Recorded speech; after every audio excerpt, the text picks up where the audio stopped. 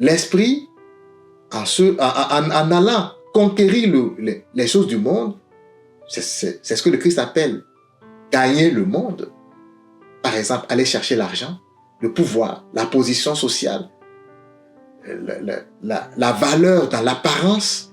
L'esprit, en allant à la conquête du monde, va délaisser l'âme. Parce que l'âme connaît l'avenir. L'âme sait ce qui va arriver. Alors, de façon constante, incessamment, l'âme va lui dire « Attention, fais attention. Les choix que tu fais ne sont pas des choix judicieux. Attention. » Mais l'esprit va dire « Je m'en fous. Laisse-moi faire. » Et donc, l'esprit va devenir un esprit corrompu.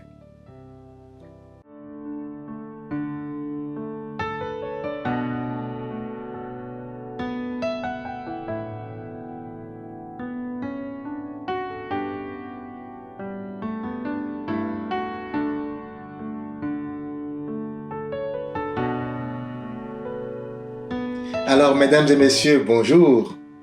Chers frères et sœurs, chers amis du Renouveau Spirituel, cette grande communauté que nous formons et qui nous permet de pouvoir échanger sur la vie, sur l'être, sur la façon de nous y prendre dans ce voyage que nous effectuons ici-bas, sur cette terre. Je vous souhaite la bienvenue à cette nouvelle émission dans laquelle nous allons parler d'un sujet assez intéressant, un peu abstrait, je l'avoue, mais qui trouve sa pratique dans les faits et gestes quotidiens de tout un chacun de nous.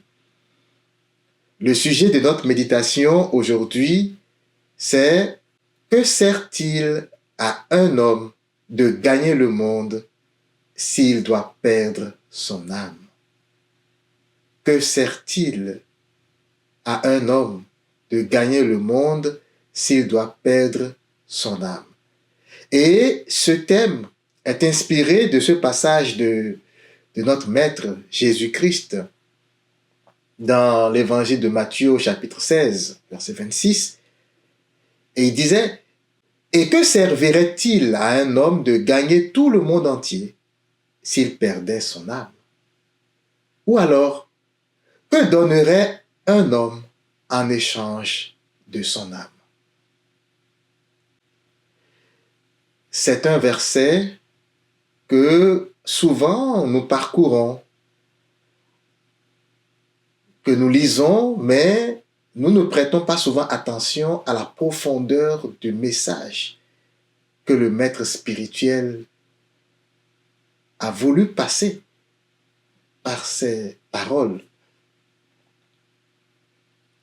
En réalité, nous ne comprenons pas le sens profond parce que il y a des réalités dont nous n'avons pas vraiment conscience.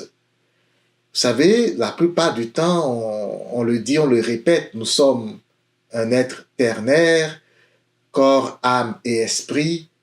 Mais qu'est-ce que l'âme? Qu'est-ce que l'esprit? Qu'est-ce que le corps?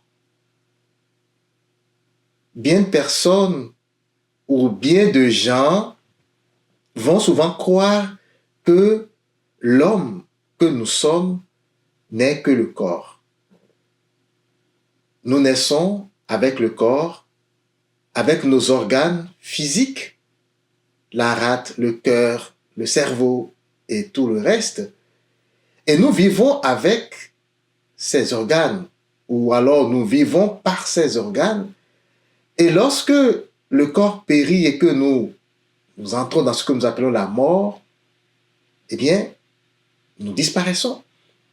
C'est la vision matérialiste du monde. Et la plupart des gens sur cette terre sont dans cette vision. Pourquoi? Ben, simplement parce que la science est dans cette vision, pour la grande partie, cette vision matérialiste de la vie. Cette vision matérialiste de ce qu'est l'humain, de ce qu'est l'homme. Mais ici, dans notre passage, le Christ parle de l'âme. cette réalité est au centre de ce qu'il dit.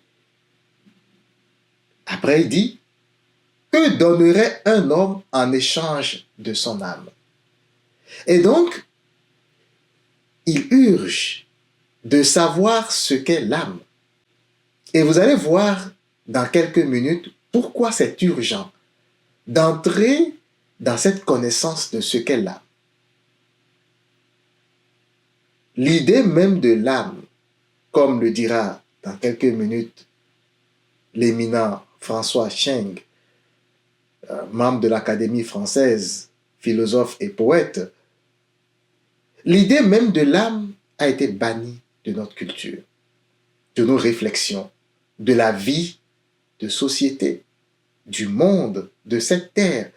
On n'en parle plus. Parce qu'en réalité, lorsqu'on parle de l'esprit ou de l'âme, c'est des mots qui sont relégués à l'obscurantisme religieux. On se dit, non, ça c'est ringard. Et c'est un danger. Cela nous plonge dans le danger. Et c'est quoi les effets? C'est quoi les conséquences de ce danger? C'est ce que nous observons actuellement dans le monde. La déchéance totale. Les conflits par-ci et par-là. Tout cela, toute cette misère dans laquelle plonge notre monde aujourd'hui n'a de source que cette ignorance indicible. Alors, sans plus tarder, nous allons entrer dans le vif du sujet. Aujourd'hui, notre réflexion s'axera sur 3 points principaux, disons 3 parties. D'abord, nous allons faire la lumière sur ce qu'on appelle l'âme, ce qu'on appelle l'esprit, et bien sûr le corps, et la différence dans leur collaboration, parce que les 3 font partie de ce que nous sommes. Et ils sont appelés à travailler ensemble. Mais est-ce toujours le cas? Après, nous allons nous poser la question de savoir qu'est-ce que cela veut dire perdre son âme? Qu'est-ce que cela veut dire gagner le monde? Et dans la 3e partie, donc, nous allons donner des pistes de solutions. Comment faire pour justement vivre pleinement notre vie ici sans pour autant perdre notre âme. Alors, sans plus tarder, allons à la première partie.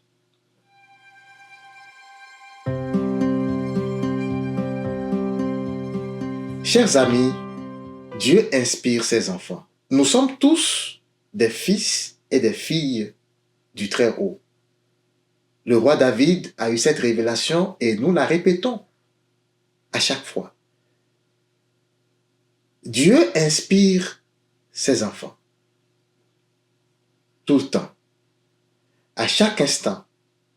Alors, même dans ce monde, des gens qui ne se réclament même pas d'une obédience religieuse ou qui ne suivent même pas un chemin de spiritualité particulier sont inspirés. Parfois écrivent des livres, parfois parlent sur des chaînes YouTube ou audio,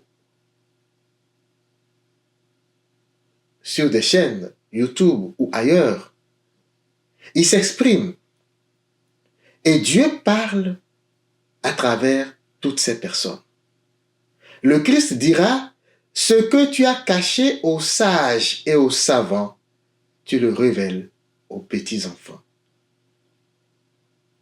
Chers amis, la connaissance vient du spirituel.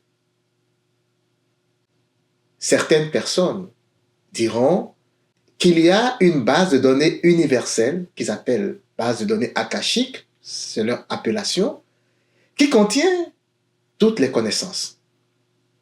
Moi, je pense que la base de données dont il parle, c'est l'âme. Elle connaît tout. L'âme a la connaissance. Mais l'âme veut prendre conscience de ce qu'elle connaît. et doit donc compter sur l'esprit pour faire des expériences et prendre conscience de ce qu'elle connaît. Alors, chacun de nous a toute la connaissance, parce que chacun de nous a une âme.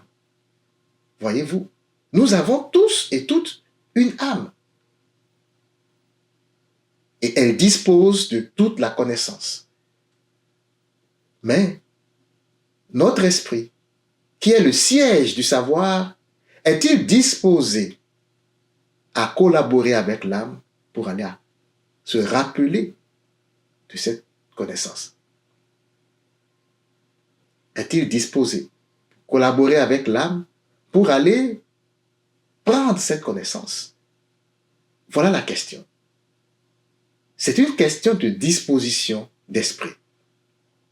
Alors, pour planter le décor ici, nous allons écouter un extrait d'une entrevue que François Cheng, poète et philosophe français, comme je viens de le dire, a passé dans l'émission La Grande Librairie, il y a quelques années, en France. Et il donnait une définition, ma foi, assez simple et assez parlante, assez précise aussi, de ce qu'est l'âme. Écoutons. J'adore. Oui. L'âme, donc, est cette entité en nous qui anime notre corps par son vouloir vivre et son désir d'être. Pourquoi l'âme est capable d'animer le corps? Parce que l'âme est reliée au principe de vie qu'est le souffle vital qui anime l'univers vivant depuis l'origine. Qu'est-ce que c'est ce souffle vital, François Cheng? En latin, le mot âme dérive du mot anima, qui désigne le souffle vital. Et le plus curieux, c'est que cette vision est partagée par toutes les grandes spiritualités. Donc ce souffle vital, en Inde, on prononce aum. En chinois, c'est chi. En Grèce, c'est le pneuma.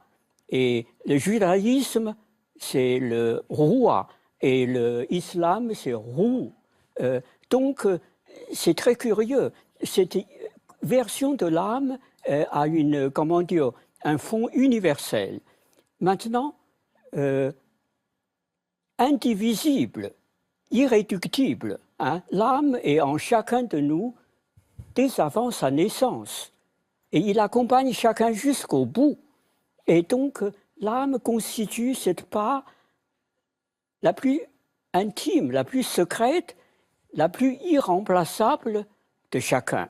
Nous sommes évidemment d'un point de vue, vous êtes sur un point de vue spiritualiste. Enfin, je dis, on peut me contredire après, mais je dis cela.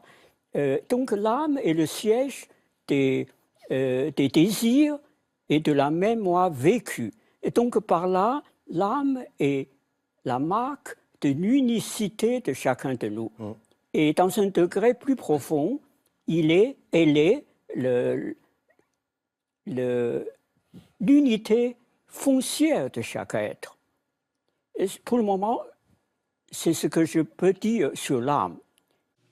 Alors, très rapidement, des points forts, des points saillants. L'âme, selon François Cheng, c'est cette part de nous qui est la plus intime, qui est la plus unique, qui est la plus irremplaçable et qui anime notre corps.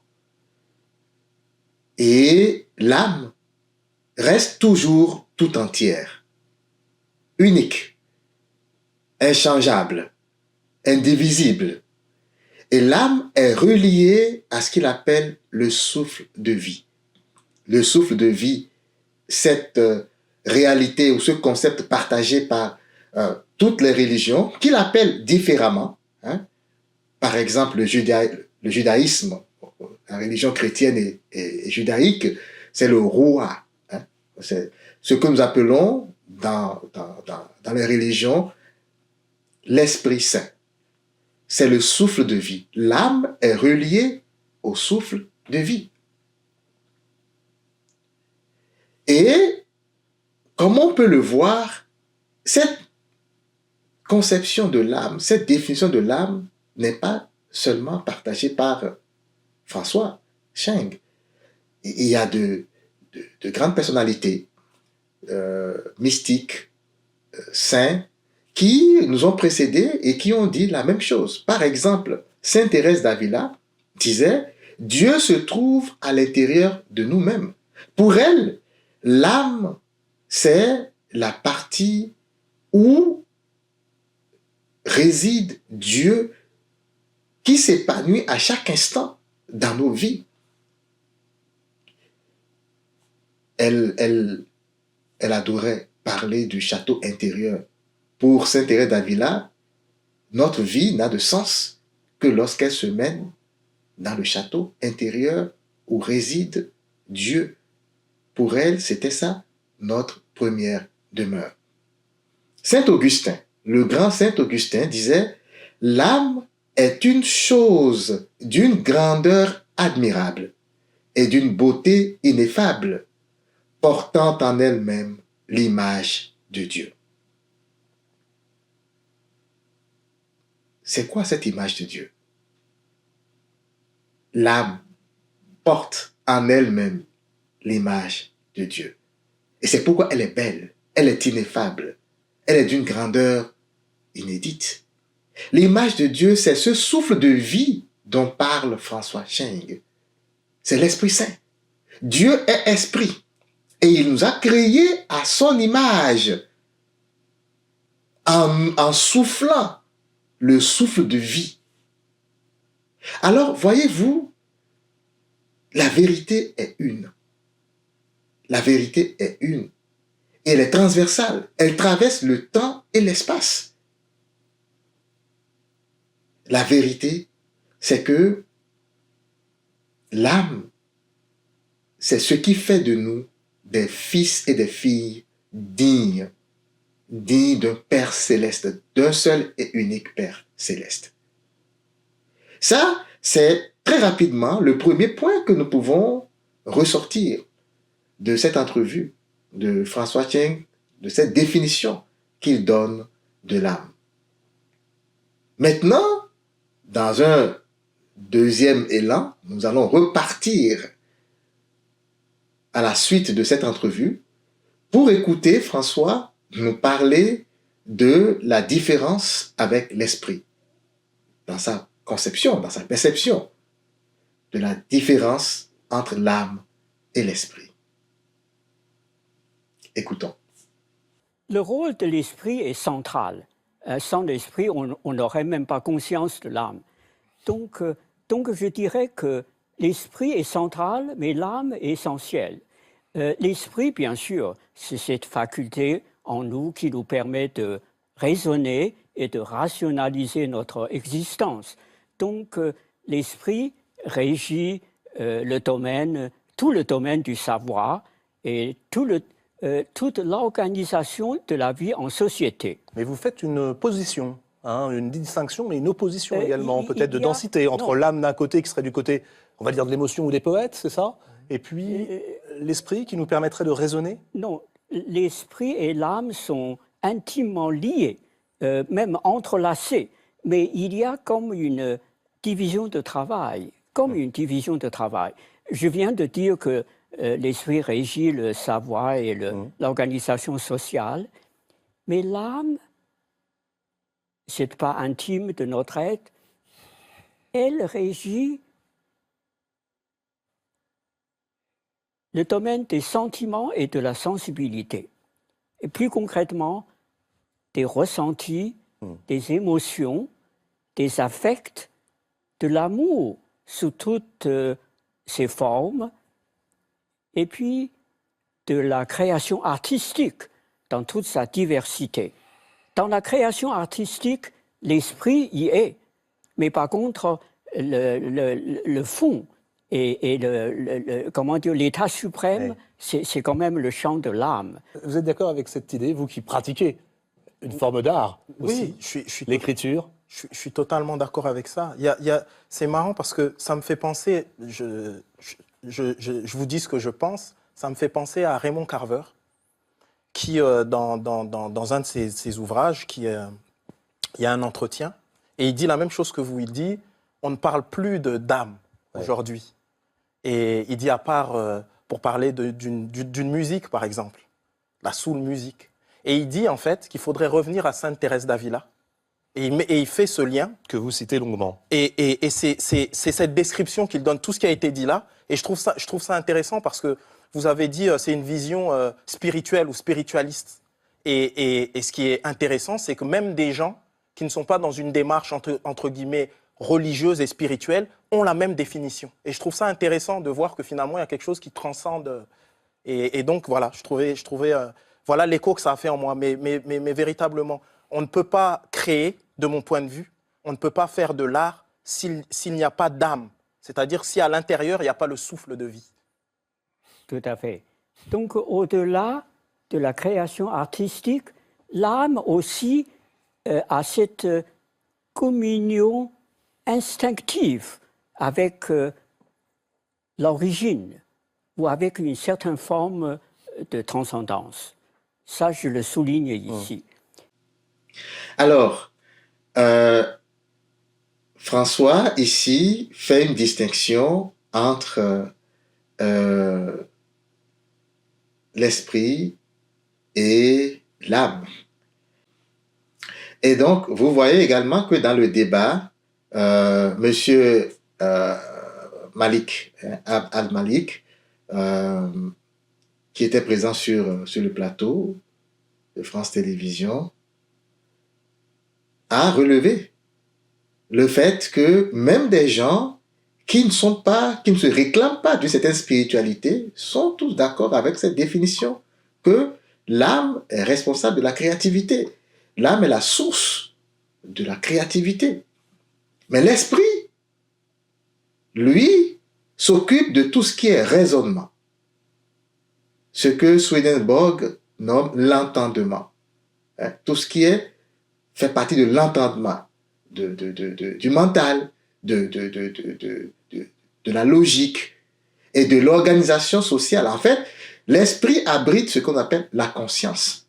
C'est avec ça qu'on peut organiser la vie ici, sur cette terre.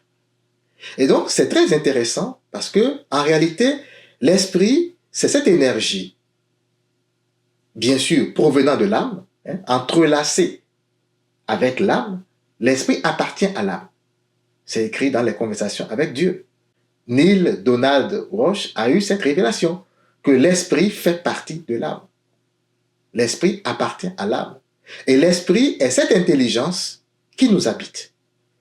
L'esprit n'est pas en dehors. L'esprit est à l'intérieur de nous. Et l'esprit est à l'intérieur de chaque cellule de notre corps. On dit que les cellules sont intelligentes. C'est exactement ça. C'est le même esprit. Donc, c'est important de savoir que l'esprit, c'est cette part que l'âme envoie dans le monde pour faire bouger le corps. Okay? C'est l'âme qui anime le corps, mais par le biais de l'esprit. L'esprit fait bouger le corps, l'esprit pense, l'esprit réfléchit, l'esprit raisonne, l'esprit organise. Donc, l'expérience que l'âme désire faire, la vie que l'âme désire vivre, eh bien, elle la vit par le biais de l'esprit.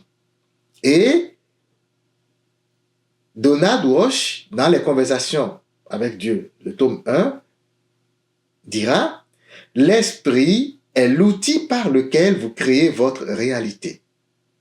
C'est l'instrument le plus puissant que vous possédez. » L'esprit, votre esprit, c'est l'outil le plus puissant que vous puissiez avoir. C'est lui qui organise tout. Toute votre vie, c'est l'esprit. Et pourquoi? Parce que l'esprit est le centre des décisions. Dieu, en créant l'homme, en créant l'être humain, l'a doté du libre arbitre. Et ce libre arbitre fait un avec la conscience de l'esprit. Donc c'est l'esprit qui, à chaque instant, a le dernier mot sur les choix que vous faites. C'est pourquoi c'est l'outil le plus puissant. Si votre esprit est lumineux, vous allez faire des choix de lumière. Si votre esprit est ténébreux, vous allez faire des choix obscurs. Et c'est très important de savoir que vous possédez ce pouvoir-là par le biais de votre esprit. Et Donald continue dans le même tome de conversation avec Dieu. L'âme sait ce que l'esprit ne peut comprendre. L'âme sait ce que l'esprit ne peut comprendre. L'esprit analyse, compare et juge. L'âme accepte, ressent et aime. Ça, c'est une différence fondamentale. Si vous cherchez à savoir ce qu'est l'âme et ce qu'est l'esprit, savoir que l'âme est le siège de la connaissance. Tout ce que l'âme sait, l'esprit ne le sait pas. L'âme est le siège de toute la connaissance. Elle sait tout. Mais l'âme ne vient pas dans ce monde pour animer et organiser le monde directement. Il vient par le biais de cette partie-là, de cette part-là qu'on appelle esprit. L'esprit doit se laisser guider par l'âme. Parce que l'esprit ne sait pas ce que l'âme sait. C'est pourquoi vous allez lire sur les réseaux sociaux, dans certains livres, des inspirations de certaines personnes comme « Écoute ton cœur, il sait ». Le cœur, c'est l'âme. Écoute ton cœur, il sait. Donc, ce que l'âme sait, l'esprit ne le sait pas. Parce que l'esprit est dans la rationalisation. Il est dans le rationnel. Il est dans le jugement. Il est dans l'analyse. Il est dans la critique. Mais l'âme est dans le ressenti. Et une petite parenthèse. Voilà une connaissance que l'on peut utiliser pour le discernement de la vérité. Je vais faire une émission spéciale sur le discernement. On va y revenir. Si vous voulez avoir la vérité sur ce que vous êtes, sur le penchant de votre être face à une situation, écoutez votre cœur. Écoutez les ressentis de votre âme. Comment vous vous sentez? Si vous vous sentez joyeux, ça veut dire que vous acceptez cette situation. La bouche ne dit pas la vérité tout le temps. Les paroles, ce n'est pas grand-chose. Vous ne pouvez pas vous fier à ce que quelqu'un dit, mais vous pouvez vous fier à ce qu'il ressent. Le ressenti donne la vérité, donne la vraie lumière, la vraie valeur de la situation. Alors voilà, l'esprit est dans le rationnel et l'âme est dans les sentiments, dans le ressenti. François a dit, l'âme, c'est le centre du désir, des sentiments et du ressenti. Et donc, c'est important de savoir que si j'aime, c'est avec l'âme que j'aime. Si je veux aimer, c'est l'âme qu'il faut aimer. Parce qu'en ce moment, j'ai une bonne correspondance.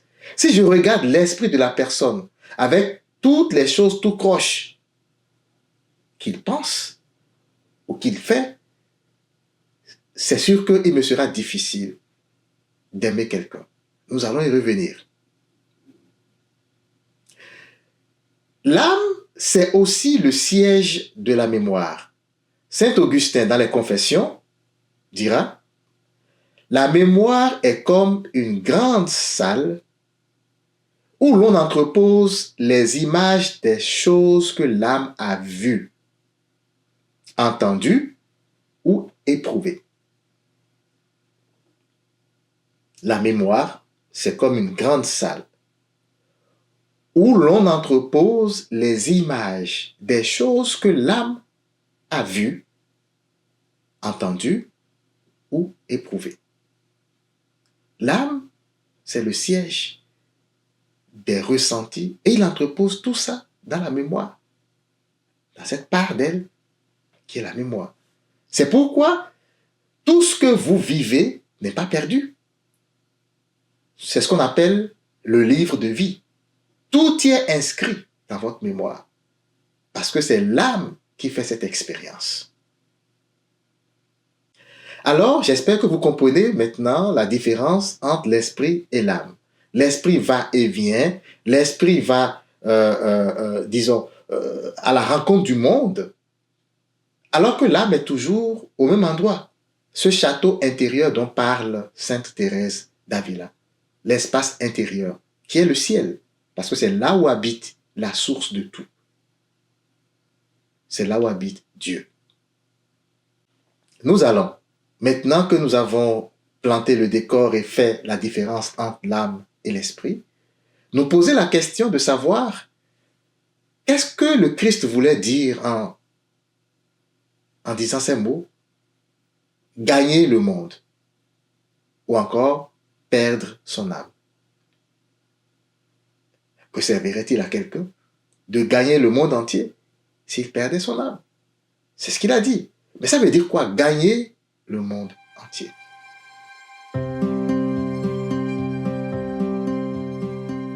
Alors, pour entrer dans la révélation de cette parole, nous allons encore une fois écouter François Cheng, poète français, philosophe, membre de l'Académie française, qui a écrit un livre de l'âme. Et c'est dans ce livre qu'il a décrit toute la différence. Nous allons l'écouter, nous parler de la problématique ici. Quand le Christ dit on peut perdre l'âme, qu'est-ce qu'il veut dire par là? Gagner le monde pour perdre son âme. Écoutons François Cheng.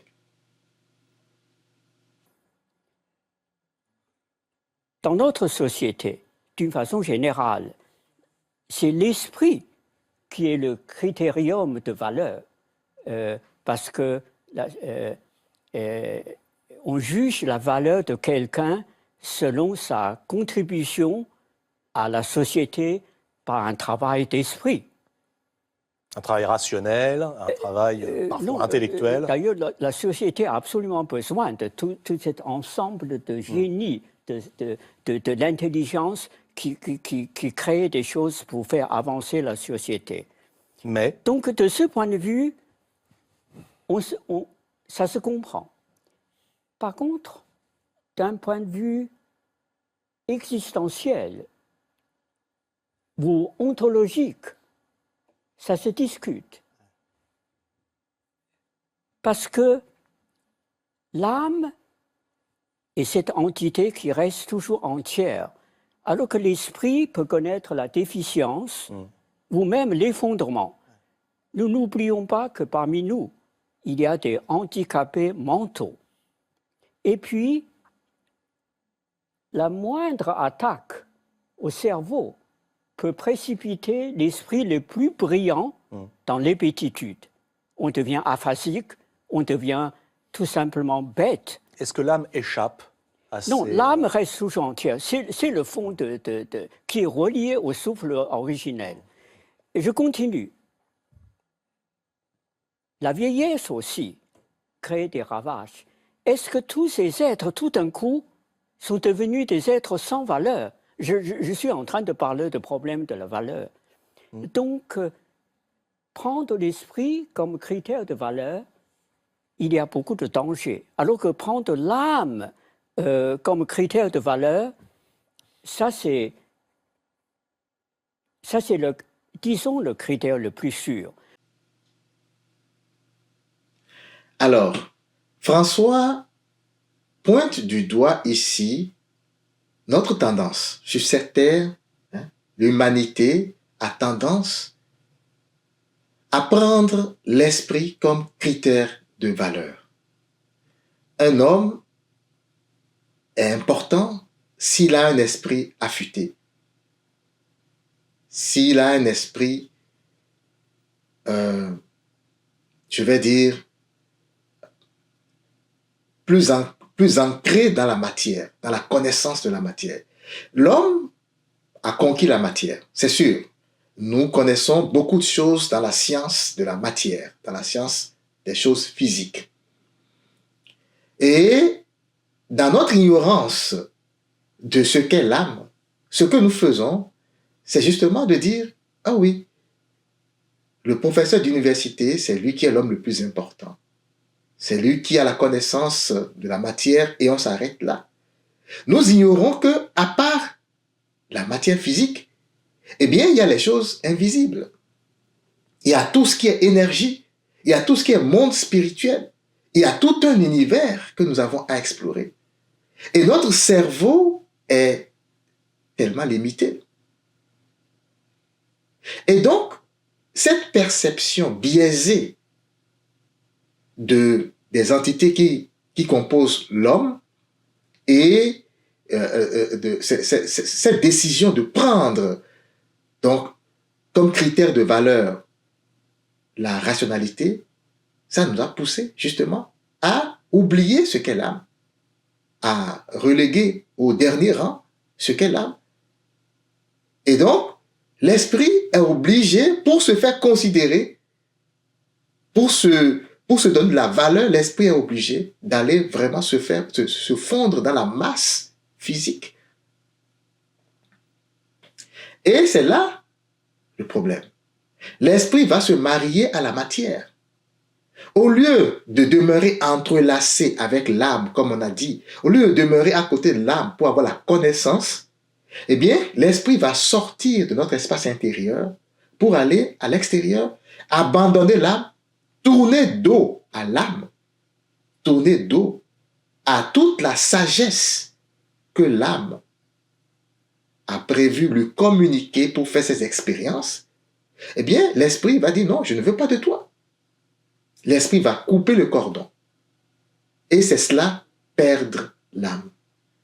Quand on parle de la perte de l'âme, il ne s'agit pas de quelque chose d'un état d'esprit où on va mourir et après on ira en enfer. C'est pas ça du tout, là. C'est quelque chose qui s'opère dans l'instant.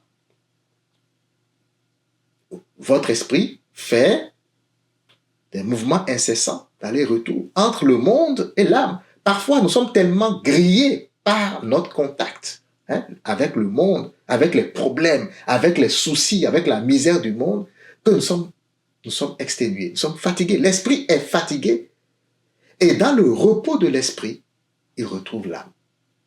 Donc, c'est un mouvement incessant. L'esprit est attiré par les choses du monde. L'esprit, en allant conquérir les choses du monde, c'est ce que le Christ appelle gagner le monde. Par exemple, aller chercher l'argent, le pouvoir, la position sociale, la valeur dans l'apparence. L'esprit, en allant à la conquête du monde, va délaisser l'âme. Parce que l'âme connaît l'avenir.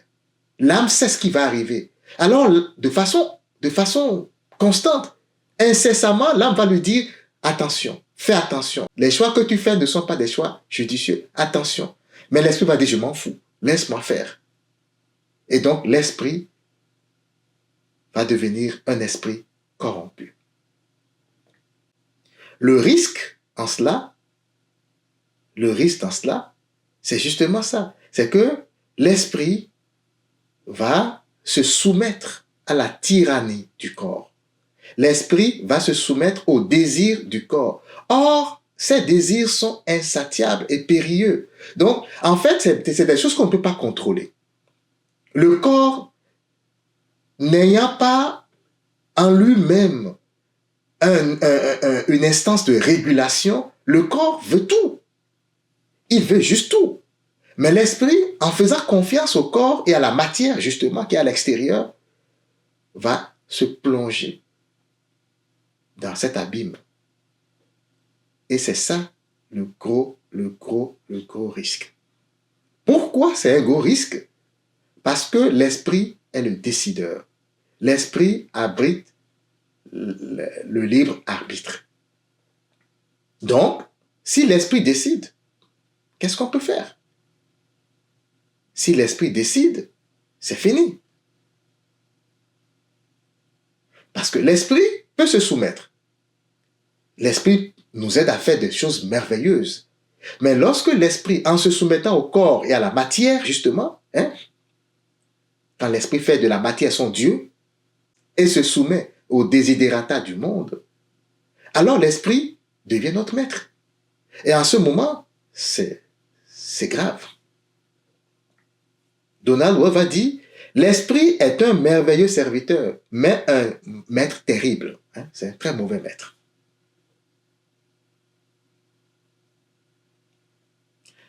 La question c'est, qu'est-ce qu'il faut faire? Comment arriver à éviter cette perte de l'esprit qui avance aveuglément alors dans le monde? Parce que la lampe de l'esprit, la lumière qui éclaire le chemin qu'emprunte l'esprit dans ce monde, c'est l'âme. C'est l'âme qui connaît. L'âme connaît le passé, le présent et le futur. L'âme connaît tout. L'âme est à une hauteur où elle a une vue d'ensemble sur la vie que nous menons ici, depuis notre naissance jusqu'à notre disparition d'ici. Mais si l'esprit tourne le dos à l'âme, c'est que l'esprit qui est à l'œuvre, l'esprit avance aveuglément. Et c'est un gros risque. Qu'est-ce qu'il va gagner? Des choses matérielles éphémères? Chers frères et sœurs, chers amis, quelle est la solution? Voilà ce que nous allons découvrir dans la dernière partie de cette émission.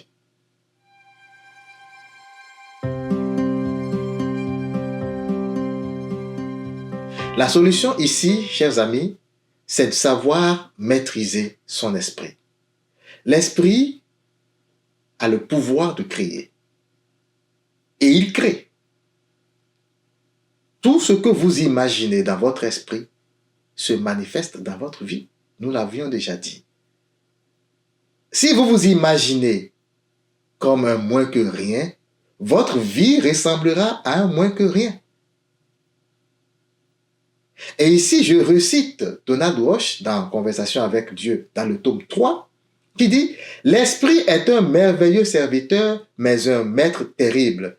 Utilisez-le pour apprendre, mais ne le laissez pas diriger votre vie. » Nous ne devons pas laisser l'esprit diriger notre vie. Nous ne devons pas laisser l'esprit diriger notre vie. L'esprit s'occupe de comprendre ce que nous traversons dans le quotidien de nos vies. Quelque chose t'arrive, c'est ton esprit qui essaie de comprendre. Tu veux apprendre quelque chose? Oui, l'esprit est présent pour apprendre. L'esprit prend les décisions. Mais si tu ne reposes pas ton esprit pour l'aligner dans ce gouvernement ternaire qui est à l'intérieur de toi, eh bien, ce qui va se passer, c'est que l'esprit va te conduire à la dérive. Parce que l'esprit, sans l'âme, c'est de la ruine. Science sans conscience n'est que ruine de l'âme, comme on dit. L'esprit doit rentrer dans la conscience de ce qu'il est, c'est-à-dire une partie de l'âme. Il est une partie de l'âme. Et dans le tome 2 de Conversation avec Dieu, Donald Wolfe va dire le véritable alignement spirituel, c'est-à-dire cette collaboration tant recherchée qui crée l'harmonie à l'intérieur de nous et qui permet justement d'accéder au bonheur, à la vie heureuse, de simplifier grandement notre vie ici-bas. Le véritable alignement spirituel se produit lorsque le corps, l'esprit et l'âme travaillent ensemble, chacun jouant son rôle unique dans l'expérience de la vie. L'âme, c'est l'architecte. L'esprit, en revanche, appartient à l'âme et s'occupe de rationaliser ce que les sens du corps voient. Donc, l'esprit doit se soumettre à l'âme. L'esprit est un envoyé de l'âme. L'âme voulant prendre conscience des choses que le corps physique voit dans le monde, l'âme délègue à l'esprit le pouvoir, à travers le libre arbitre, de prendre des décisions. Mais, s'il le veut, venir la consulter pour avoir de l'aide sur la connaissance. Donc, l'esprit, à travers les sens du corps, voit des choses et se pose la question de savoir, mais qu'est-ce que c'est? Quand il se calme, il a l'intuition de l'âme qui lui explique ce que c'est. Voilà ce à quoi devrait ressembler notre vie, chers frères et sœurs. L'esprit doit être aligné avec l'âme et le corps. Ça veut dire quoi? Ça veut dire que l'esprit doit à chaque situation, à chaque instant, se calmer et revenir en lui, revenir dans son château intérieur, comme Sainte Thérèse d'Avila l'appelle, revenir dans cet espace intérieur qui est le ciel pour écouter son intuition. Vous devez apprendre à écouter votre intuition. Parce que, comme le dit le Christ, c'est l'esprit qui donne vie. La chair, le corps, ce n'est qu'une enveloppe, ça ne sert à rien. Évidemment, le corps a sa propre intelligence et ses propres désirs. Mais si on suit ses désirs, si on laisse l'esprit nous dominer et se soumettre à ces désirs du corps, nous allons tout droit vers la ruine, tout droit vers la misère, tout droit vers la souffrance, comme on le voit partout dans ce monde. Donc voilà, cette émission, c'est un peu long, j'avoue, mais en 30-45 minutes, c'est difficile de traiter d'un sujet aussi vaste. Voyez-vous, mais qui est aussi important, tellement important, parce que nous sommes au cœur de qui suis-je ici. Et si vous vous connaissez, lorsque vous vous connaîtrez, vous allez savoir que vous êtes l'être le plus puissant dans ce monde physique, que vous avez tout ce qu'il faut pour mener une vie agréable et heureuse, comme vous le recherchez. Que le souffle de vie, la Roua, l'esprit divin qui vous habite, vous guide et vous éclaire. Amen.